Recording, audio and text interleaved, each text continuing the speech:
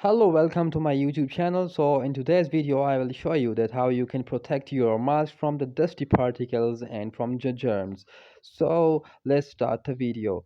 So when you will wear your mask, just wear your mask like this, and when you will put your mask like this. So how you will wear your mask? So this will be the top of the mask when you will wear it, and it will look like this when you will wear it. So after using your mask, just fold it and take a shopper bag or plastic bag and put your mask in shopper bag.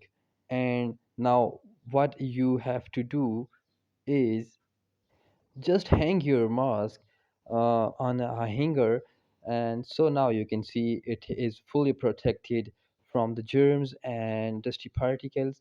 So please subscribe to my channel for more exciting ideas and exciting videos. Thanks for watching.